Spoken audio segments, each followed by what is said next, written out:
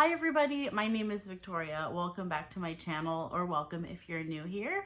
Today I am going to be discussing all of the books that I finished in the month of May. And May was a good reading month for me. It wasn't quite as many 5-star reads as I would have wanted, but that's okay. I was able to read a lot as far as volume, and then I also read another big chunk of Oathbringer by Brandon Sanderson.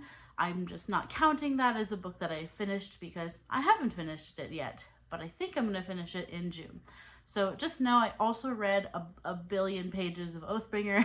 I don't know how many pages exactly, but yeah, it was an overall a good reading month. I actually read outside of my comfort zone a little bit. I have a good chunk of romance, which maybe made it a little bit more of a mixed reading month for me. So what I will do is start with the lowest rated books and then progress to my favorite books of the month, and the last book in this video will be my favorite book that I read in May. So we are unfortunately beginning with a DNF, and I am quite bitter about this because I paid money for it, but sometimes that's just what happens. That's just how it goes.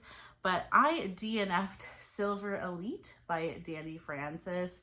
If I had looked into this book a little more, I probably would have figured out that it was not for me. But I think when I was buying books through Book of the Month last year, this was something I picked up last year, I wasn't really being very picky. I wasn't being as picky as I am now. I'm being a lot more picky with what I pick up from Book of the Month, and I look into books extensively before I decide to get them. And so I didn't do that with this one. And so yeah, this was very much not for me. So Silver Elite is a dystopian romantasy. I do think it sort of leans into dystopia a little bit more than most romantasy books, but it does have some fantasy elements as well. So you can call it a romantasy still.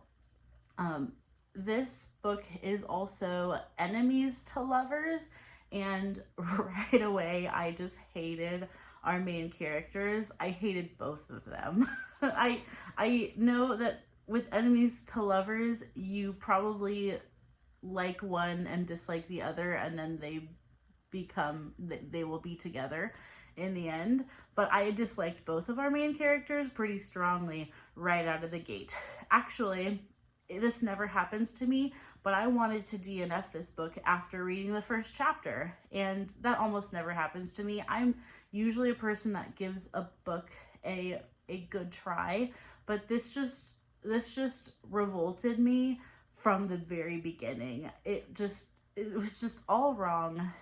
We start with our main character waking up from a one-night stand, and then she's leaving this man's bedroom, and then she runs into this other guy, and he's a total jerk to her, and they have this like very antagonistic conversation, and it just like they're both terrible people at the beginning of the book. And so I was like, I'm not rooting for anybody already. And so then I did give it a little more of a chance because I was like, no, I can't DNF something after one chapter. I need to go a little further. And so I did, but I should have just went with my gut. I went about 20% through this book, and just it got worse. It got worse and worse. And the plot was not very good. The world building was not very good. And I quickly realized that this was only a backdrop. The dystopia world was only a backdrop for our main characters to get into the bedroom together. And it was not for me. If I had known what this book was more, I would not have picked it up. So yeah, this was a mistake on my part for not looking into books more before I read them. But yeah, this just was not for me. I will be getting rid of this copy and moving on with my life. So I cannot recommend this one. don't pick it up. It wasn't very good quality. The writing was not very good quality, and it was just bad. It was just bad. And I don't need to continue the rest of the book to know it was just gonna keep being bad, because it was just getting worse. So goodbye to Silver Elite. We are not going to revisit that one.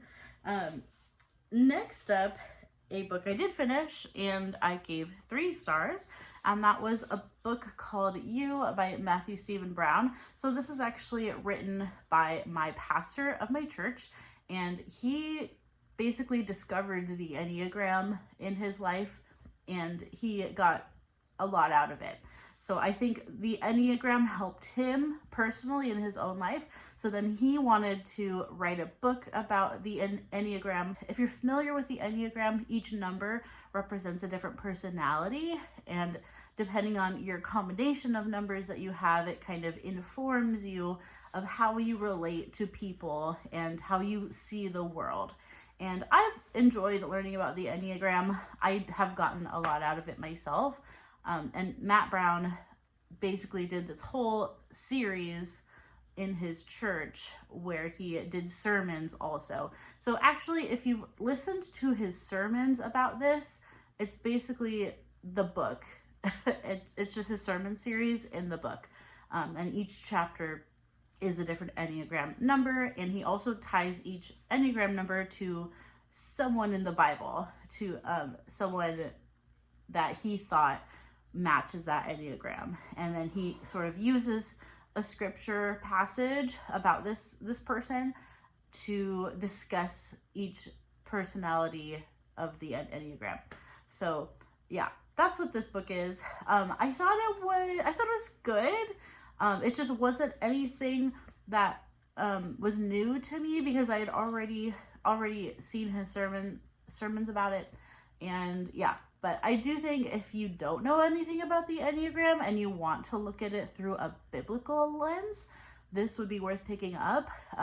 If you know a lot about the Enneagram already, I don't know that you're going to get much more out of this, other than it's kind of interesting to see like who he chooses, as far as who he chooses in the Bible to represent each Enneagram. But yeah, I thought this was good. Nothing new to me. So I gave it 3 stars. Probably not one I'll reread, but one that I would recommend to someone. Next up, I picked up some Christian historical romance, which was a new genre for me. I had not really read anything like that before. So I read 2 books that are in the same series. They're loosely connected. You don't have to read them in order. However, there were Easter eggs because I read the first book and then the second book. I almost just read the second book because the second book is the one I own, but then I decided to listen to the first book on audio just in case there were any ties.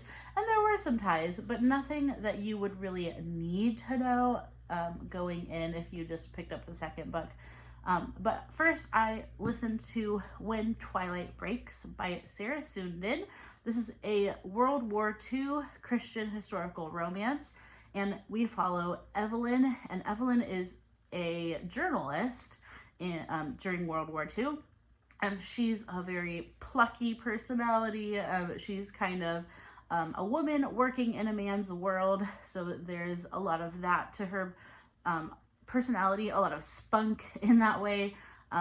She's a very, very strong woman, and then she is assigned to, she's also American, I should mention that. So she's an American journalist, and she's assigned to Austria. Most of this book takes place in Vienna, and she is covering World War II and things that are going on. She's uncovering some things. She meets a man who is an American in Germany, and he's doing like translating. He's a linguist, and so they meet, and I won't spoil anything from there. I feel like with World War II novels, there's a lot you could spoil because like it's history, and you just assume everybody knows history. But I think part of the fun of this one is not knowing too much going in and following Evelyn's journey. So this one was okay to me. It wasn't awesome. There were cringy things that is one of the reasons why I don't read a lot of Christian fiction.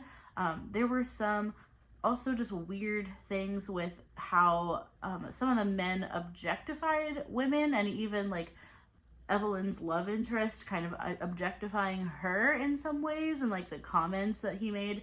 And I feel like that's probably time appropriate, like period appropriate, probably would happen, but it just came off weird on the page.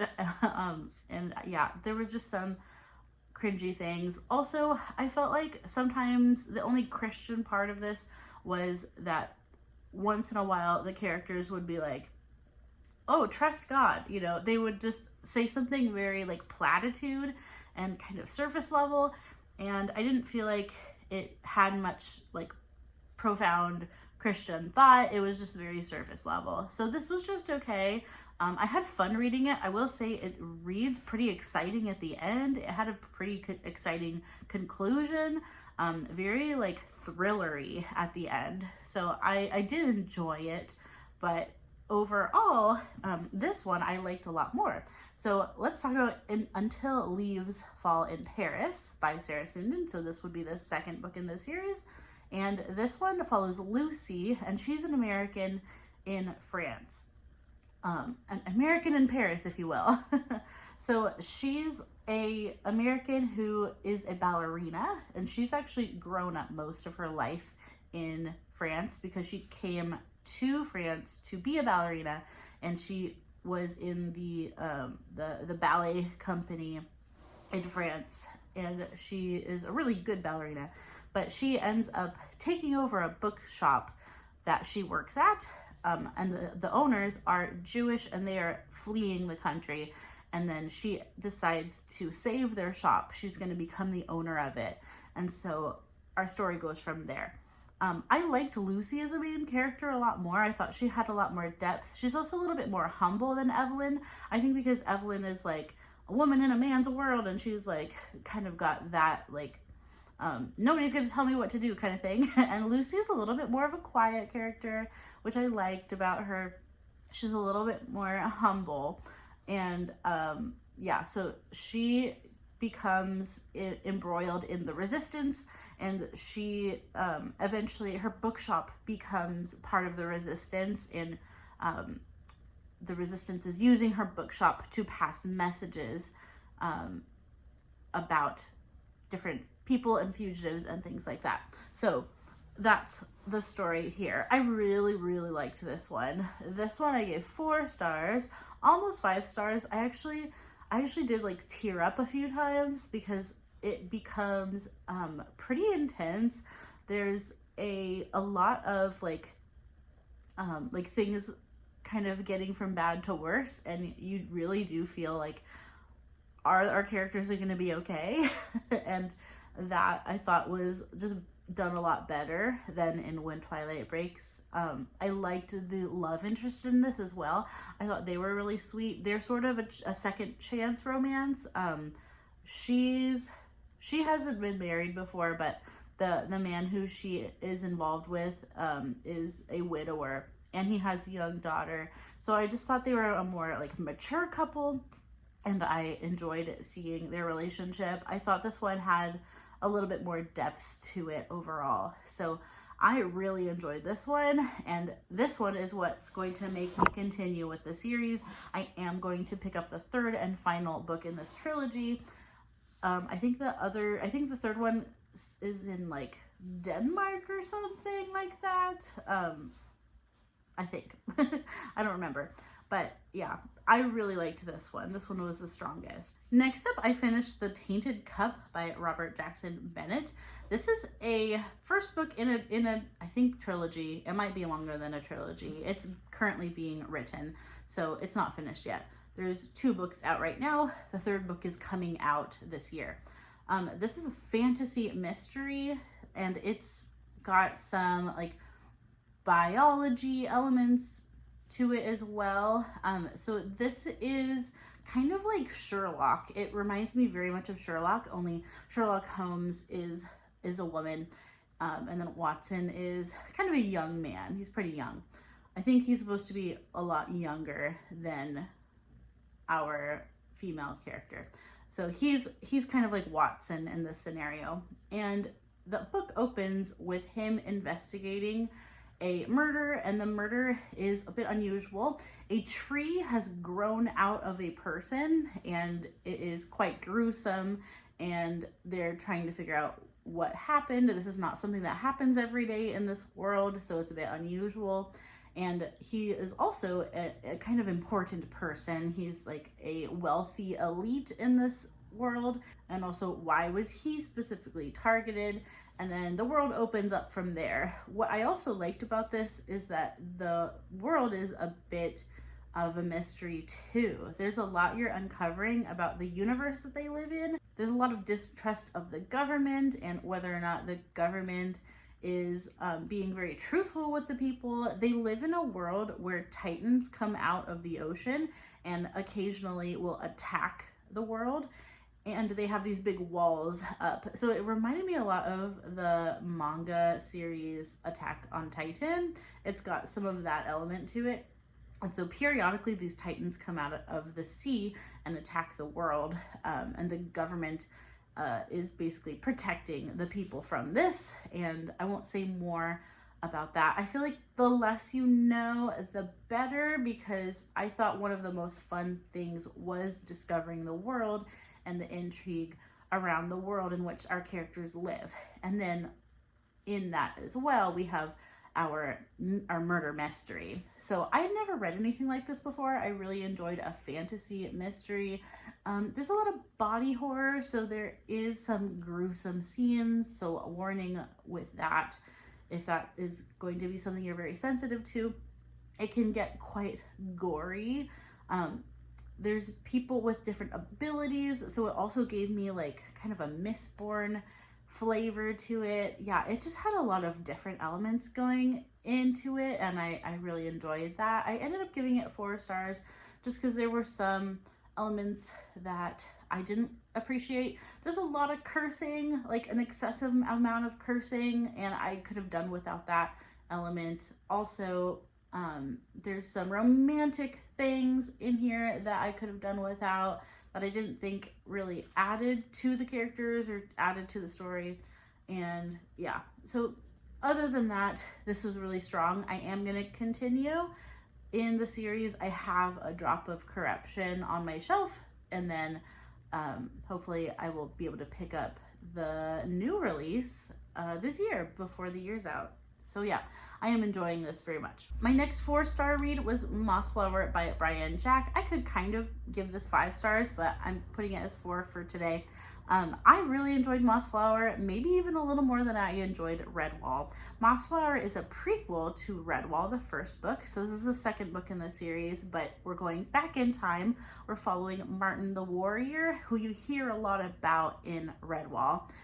He is sort of like their legend. He's inspired the people, and so here we actually get to see Martin the Warrior and his adventures. There's also a thief that he befriends named Gonf, and they're really fun together. The antagonist in this book is the Wildcats. Instead of the rats in Redwall, you have rats as the main antagonists. In this book, you have Wildcats, and I thought that was fun. The Queen Sarmina, the Queen Wildcat, she's the main villain, and she's very evil. She's very convincingly evil. I did listen to the audiobook of this one, which I do recommend. There's a full cast audiobook with Brian Jack narrating as well. I do have a little trouble with the accent sometimes, so I was happy to have a physical copy sometimes to look at, because sometimes I wasn't quite getting all the words. There's some thick accents happening in the audiobook, so yeah, no one really talks about that from what I've read. I've just seen people say, oh, the audiobook is so good, and I would agree that it's very good, but I did have trouble sometimes understanding some of the words. So yeah, I did enjoy the audiobook very much, but I recommend having a physical copy too, because there were some things that I missed until I went back and looked at the physical copy. But I really enjoy Mossflower. Just they're so fun. All of the descriptions of food, and I just want to see an animated version of this as well. I think it would make such a fun cartoon. I think there are some animated versions of Redwall. I'm not completely sure. I have to look into that. If you know, let me know. But I would love to just watch this. I think it would make the best animated series if it hasn't been done yet. I think it probably has been done, but I would love to see an updated one. I will be continuing with this series as well. And yeah, these are just a really good time. My favorite book of the month, my only 5-star read this month, was Nevermore, The Trials of Morgan Crow by Jessica Townsend. This was just utterly delightful and charming from beginning to end. You get very strong Harry Potter vibes, only our main character is a girl and her name is Morgan Crow. And she has this terrible family who is very unkind to her, and she is a cursed child, which means she's going to die, I think, after her 11th birthday at the stroke of eventide, and she's basically cursed, and so she gets blamed for everything bad that happens around her. Like if somebody's pie burns on the stove, she gets blamed for it, for example. And so she's basically blamed in her society for all the things that go badly, and she has to write these apology letters to everyone. And so that's how it opens. And then one day her life changes and she is whisked away to this magical area, magical society. I won't say much more. The discovery is the best part of this one, and it was just so much fun. I thought it was very well written. The characters are really lovable and the adventures are fun. It was kind of like Harry Potter, but different enough for me not to feel like it was a copycat, which I think is really hard to do, that it gave me the same feelings as Harry Potter, but wasn't Harry Potter. It was very clearly its own thing. And I'm really excited to continue on in the series. I highly recommend. It does end on a bit of a cliffhanger, so I'm dying to continue on. Even though the story was a little predictable, I still enjoyed it every step of the way. And even the things that were predictable were surprises to me, and they were just communicated really well in this story. So I just had such a fun time. There is a giant talking cat, which is fun. There's all kinds of like fantastical creatures. Oh, there's the cat on the cover. Yeah, I was blown away by this. Very, very pleasantly surprised at how much I loved this middle grade, and I'm going to be continuing on in the series. Those are all the books that I finished in the month of May. Let me know if you have read any of these, if you have any thoughts on them, and I would love to know what your favorite book of May was. If you made it all the way to the end of the video, I would love for you to leave an umbrella emoji. Thank you so much for watching my video today. Keep reading great books, and until next time, bye-bye.